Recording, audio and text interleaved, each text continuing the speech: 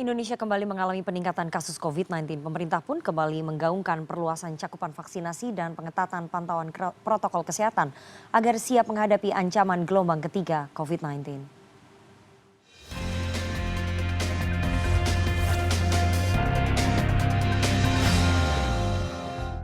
Assalamualaikum warahmatullahi wabarakatuh. Dalam konferensi pers perkembangan penanganan COVID-19 di Indonesia per 16 November Selasa lalu, Koordinator Tim Pakar dan Juru Bicara Pemerintah untuk Penanganan COVID-19 Wiko Adhisa Smito menjelaskan, peningkatan kasus COVID-19 terjadi di 37 kabupaten kota wilayah Jawa Bali, seiring dengan pulihnya aktivitas masyarakat.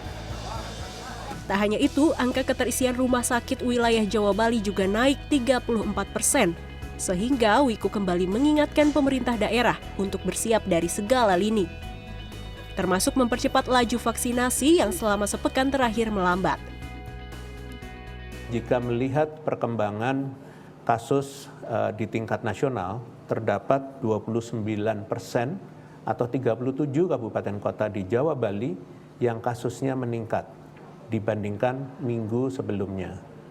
Peningkatan ini paling banyak terjadi di Jawa Tengah dengan 14 kabupaten kota, diikuti Jawa Timur 12 kabupaten kota, dan Jawa Barat 8 kabupaten kota. Oleh sebab itu, saya mohon kepada seluruh pemerintah daerah untuk segera meningkatkan cakupan vaksinasi di daerahnya. Cakupan vaksin penting sebagai modal menghadapi lonjakan kasus yang mulai terjadi dan harus diupayakan tercapai sebelum terjadinya lonjakan ketiga. Menurut Wiku, saat ini pemerintah sedang menyusun rincian kebijakan pengendalian COVID-19 pada periode Natal dan Tahun Baru mendatang. Pasalnya, berdasar pola tahun lalu, lonjakan kasus kerap terjadi pasca libur panjang seperti Natal dan Tahun Baru.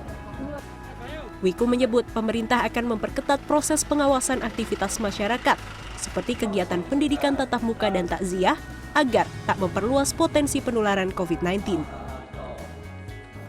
Kedepannya, diharapkan pemerintah daerah setempat bersama dengan posko-posko yang terbentuk di bawahnya terus meningkatkan kegiatan pencatatan dan pelaporan di berbagai fasilitas publik, khususnya menjelang periode Nataru, agar setiap potensi penularan COVID-19 dapat dicegah secara dini oleh masyarakat. Sedangkan temuan terkait klaster takziah merupakan hasil investigasi epidemiologis dari Dinas Kesehatan setempat. Kedepannya, pemerintah pusat bekerja sama dengan Dinas Kesehatan dan Dinas Pendidikan di masing-masing daerah terus melakukan surveillance baik aktif maupun pasif untuk antisipasi kasus yang lebih baik ke depannya. Kondisi pandemi COVID-19 yang masih dinamis karena kebaruan jenis penyakit serta terbatasnya pengetahuan membuat kawinnya penggunaan masker dan vaksinasi masih akan jadi tumpuan hadapi ancaman gelombang ketiga.